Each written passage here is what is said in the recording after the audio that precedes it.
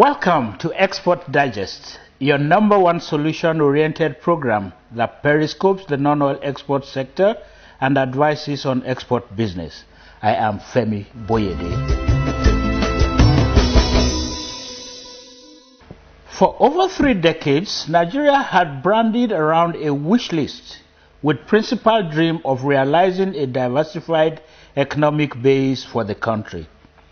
With little or no results to show for this desire, analysts were quick to conclude that the clamor for economic diversification was just government's way of paying lip service. In recent times, however, especially since the drastic fall in the world market price of crude oil, America's discovery of shale oil, and the discovery of new alternatives by other countries of the world, the need and cry for diversification has never been more accentuated than it is today. The export space is the next big thing. In the last 10 years, the most value and new markets and business has come out of the telecommunications company first. Some were not able to participate in that. Then came the power transactions. Then came the oil mining lease sales and the oil transactions. And today, the next big thing is the export sector in Nigeria.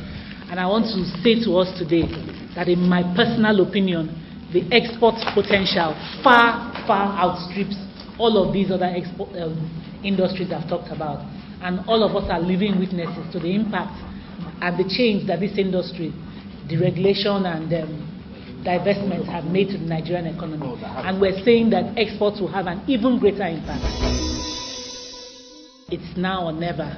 This is the time to take action.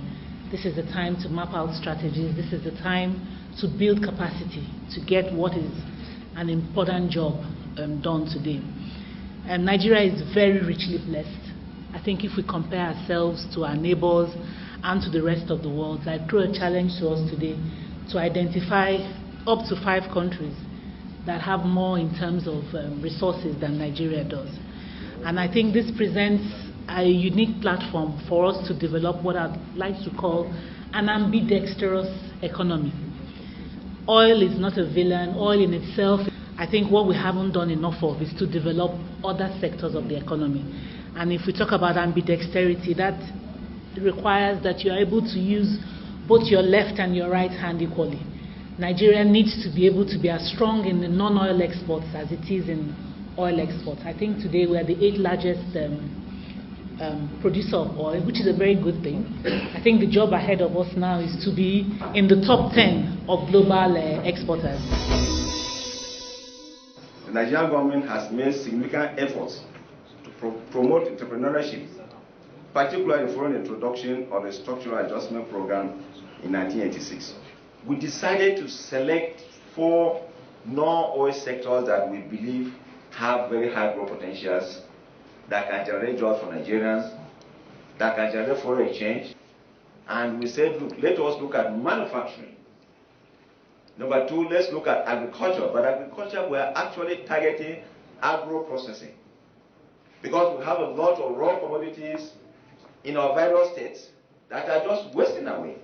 So we decided that let us concentrate on, if I give an example of my state, I come from Benue. If you get my state, the mangoes, the oranges, the tomatoes that are wasting away because there's no preservation, you won't like it. But you'll find an old woman that will struggle for 90 days, because the cycle of most of what we produce is 90 days. You'll find an old woman that will work for 90 days and produce a huge basket of tomatoes. And at the end of the day, she's begging for somebody to give her 50 naira. The most important thing we're telling you is that, look, non-oil has to step up, Yes. to make up for this revenue. We're short of $30 billion.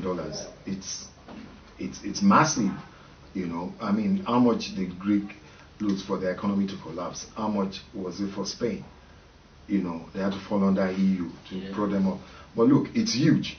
So these are desperate times. These the nation must be bold, the nation must be strategic, the nation must start. We are supposed to have done this some 30 years ago, diversify the economy, yes, but we didn't do it. In acknowledging the indispensability of developing a non-oil export solution to the huge funding gap in the 2016 budget, government has repeatedly emphasized her resolve to develop non-oil revenue. The Nigerian security landscape, whether we like it or not, is ravaged partly by poverty, which brought about insecurity.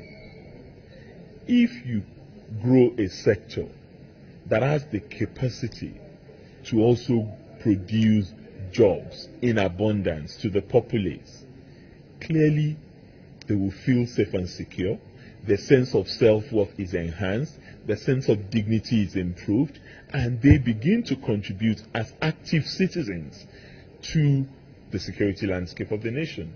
That's really why we must grow this sector and not continue to depend on oil and gas, which has contributed its own to our economy and will continue to do so. But I think it's about time that we got on to diversifying our revenue base. And mining is just one of those options, just as agriculture, just as information technology, and the services sector. So that's the security connection, that's the nexus between peace and development. As we speak today, the economy is still dominated by oil and gas, which have been the mainstay of the economy since the discovery of oil in the 60s. This has rendered the Nigerian economy vulnerable to vagaries in international oil market occasioned by price fall and its attendant consequences for the economy. This unfavorable situation calling for urgent attention for diversification of the productive base of the economy to make it less dependent on oil by exploring other sources such as agriculture, solid minerals, and services as alternative to oil. On today's episode of Export Digest, we attempt to periscope the export alternative. What are the opportunities? What are the challenges? What are the practical and implementable solutions? These answers and much more after this time out. Please stay with us. No nation depends on one source of revenue if it hopes to create a sustainable economic development and a future for its citizenry. Countries like Malaysia, India, Singapore, and even Kenya have all grown and sustained their respective economies through non-oil exports. Our vision at the Nigerian Export Promotion Council is to promote non-oil exports as the key driver of the Nigerian economy through strategic diversification of the economy from oil to non-oil. NEPC is strategically positioned to do more through our action plan on 13 national strategic export products, Zero Oil Plan, the One State, One Product Initiative, and the Nigeria Diaspora Export Program, which are needed pillars of success in our National Industrial Revolution Plan. Investing non-oil export business and reap bountifully. Export business guarantees a prosperous future through inclusive wealth and job creation. Join hands to make Nigeria one of the top 20 largest economies in the world. Export business, tomorrow's business. For further inquiries, visit our website on www.nepc.gov.ng. Recently in Lagos, Nigeria, Koinonia Ventures Limited, Nigeria's foremost non-oil export consultancy firm and promoters of the Export Digest TV initiative, in partnership with Fidelity Bank Nigeria PLC, delivered a one-day comprehensive export readiness workshop.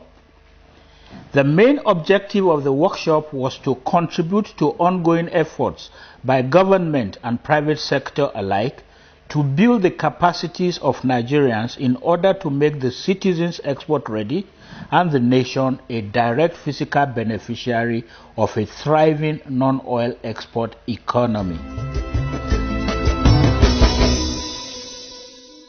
The whole idea of holding this readiness series and inviting all the agencies that have to do with trade is to get them to come and help to facilitate trade. Facilitation means education, it means sensitization, it means getting people to understand how to get the proper documentation for your export. The forum provided a platform to showcase some of the products being exported by Nigerian MSMEs, especially from the north-central state of Plateau and from Ikorodu in Lagos. Well, GIZ at the moment is focused on developing the SME sector in Nigeria.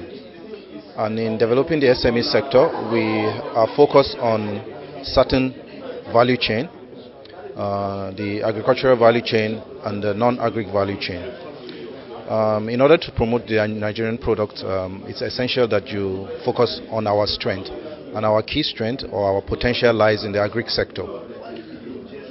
In Plateau State, the sector in which we're focused on is the potato value chain, and in Ogun State, it's the cassava sector. You agree with me that there's a need for these sectors to actually meet the quality requirements, and as such, we're ensuring that there's a proper packaging, there's a proper quality in terms of this product so that they can meet the market requirement within the region. My product presently is pomo that we have packaged. The product is pomo. What we do is to sun-dry our pomo without any preservation so that it comes natural. The Nigerian taste for pomo itself is preserved, so that if you are in Nigeria and anywhere in the world and you want to have the feel and taste of pomo the way it used to be while you are living in Nigeria, you will be able to have it wherever you are, anywhere in the world. We can export them to you there. Quality issues were also comprehensively dealt with. The standards are very central to any scheme to export products anywhere outside Nigeria, whether you're exporting them to the region or to any international destination. And those standards are governed by WTO and implemented in different ways by different blocks. And in fact, if you come to Europe, you'll find that the private standards in Europe are many times those of the public standards. The private companies have their reputational damages, so they have to have standards. So that's why their standards are even more stringent and many more than the public standards. But I can tell you one distinct difference between what I see in Europe and what I see in Nigeria. And in fact, what I see in many other countries of Africa that are ascending to export in a very big way. The difference is this: our regulatory agencies need to be a bit more open in engaging with private sector in implementing quality standards. It is their job to set these standards, but they could work more with private companies and private entities to make sure that we cascade these standards to the base of the pyramid in export, and ensure that they can also nurture and support those who want to export products and go around and quality assure them. If you don't do that, you're going to continue to have problems. Now, let me explain to you. In standards, there are standards required at farm level. For example, good agricultural practices. So another example of that is Europe GAP. And then those who want to produce organic, you have organic standards. And in all of these standards, they are actually propagated by private sector associations and private sector entities in Europe. And if you go to Ghana, over 100 companies have adopted Europe GAP. And they're embracing those standards. Then you come to process level. In process level, you have a lot of good manufacturing practices, schemes, and then you have, for example, HACCP compliance, hazard analysis of critical control point. Now, private sector companies should be regulated and enabled to go out and encourage companies to adopt and imbibe those standards in producing their products for export, and actually support and nurture them export the products. In that way, the industry will grow. Advancement in technology can be harnessed to aid trade, especially with the advent of e-portals to market Nigerian products, such as Jaraja e-market. Jaraja set up as Nigeria's #1 online marketplace. Our focus is to sell Nigeria, to boost trade in this way, promote Nigerian products that you never thought existed in Nigeria, products that people never really knew about. Like someone was saying, well, someone from the European Union was just saying right now that it's important that you can put a face to the product that is going to be bought, that there's a story behind it and you can link it to a particular region or an area. This is what Jaraja is about.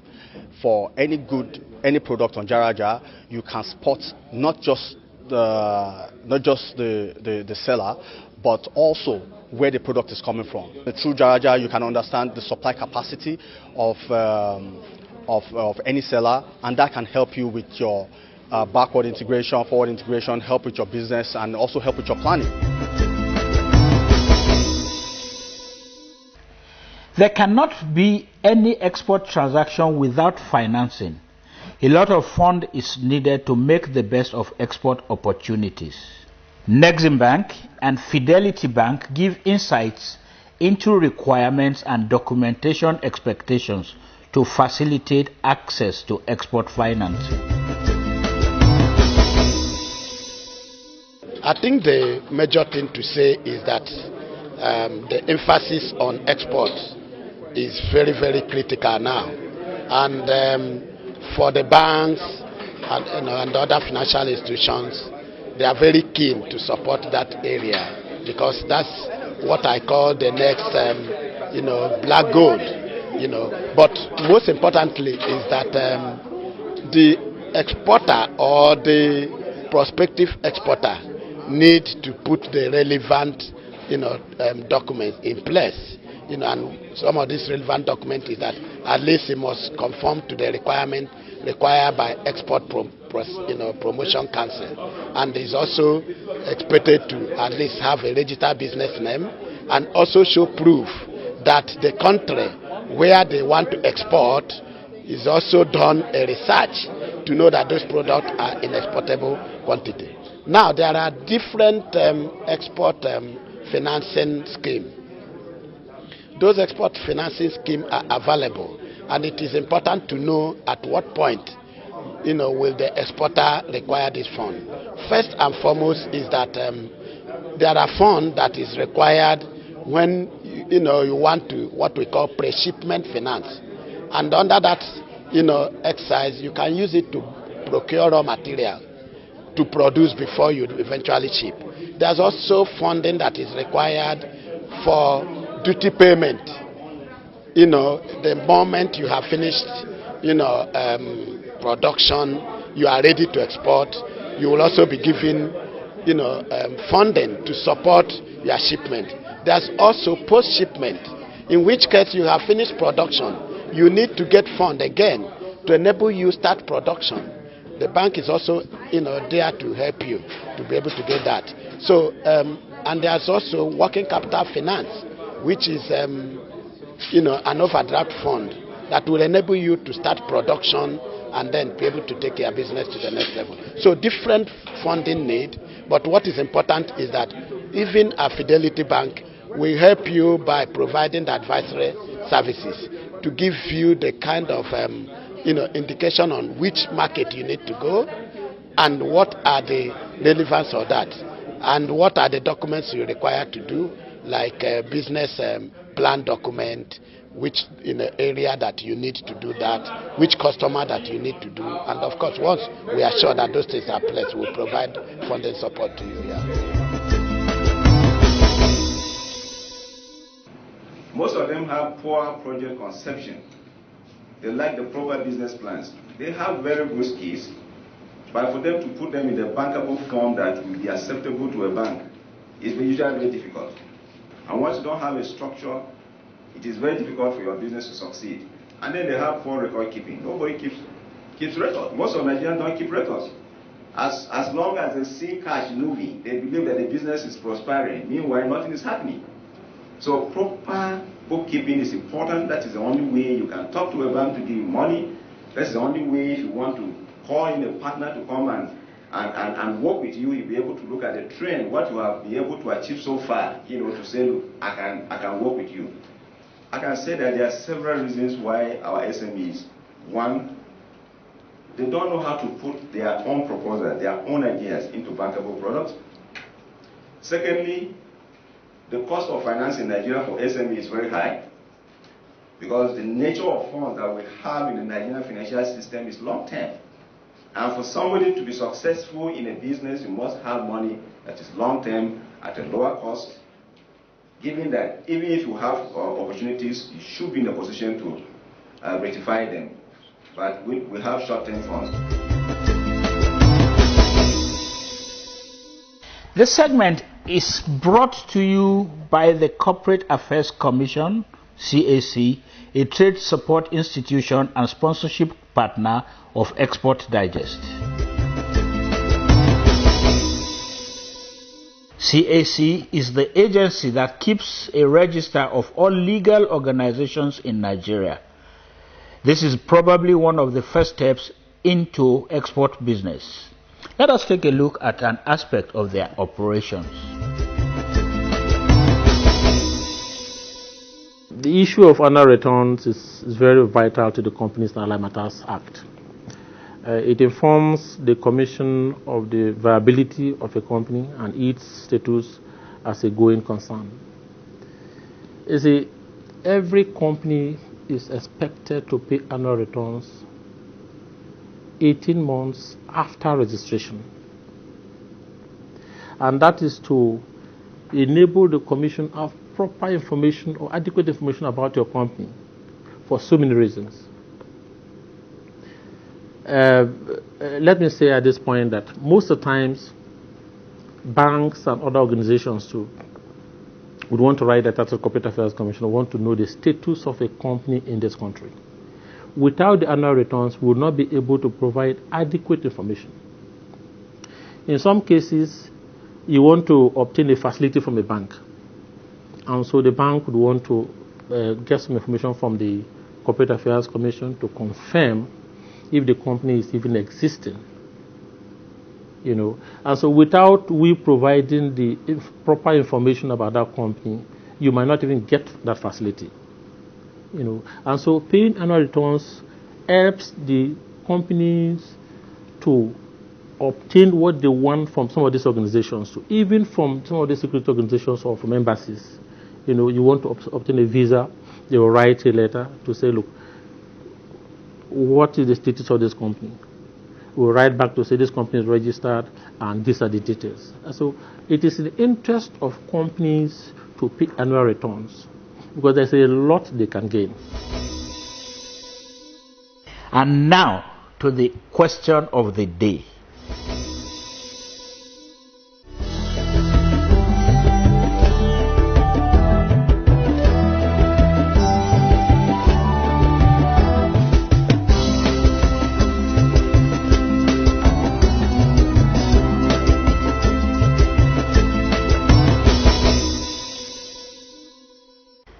The first correct entry gets an exclusive prize courtesy Koinonia Ventures Limited. Thank you immensely for joining us on Export Digest. We hope you picked one or two possibilities about export business in Nigeria. We promise to always ensure that we enlighten and educate you in all ramifications as it concerns non-oil exports. You can watch these particular episodes and others before it on our YouTube channel www.youtube.com/exportdigest. We would also love to hear from you as we work towards making Nigeria a viable exporting nation. Our channels of communication are open and now showing on your screen. Many thanks to our sponsors for their contributions to the development of Export Digest. Join us same time on this channel next week for another interesting package of Export Digest. I am Femi Boyede. See you then, and God bless Nigeria.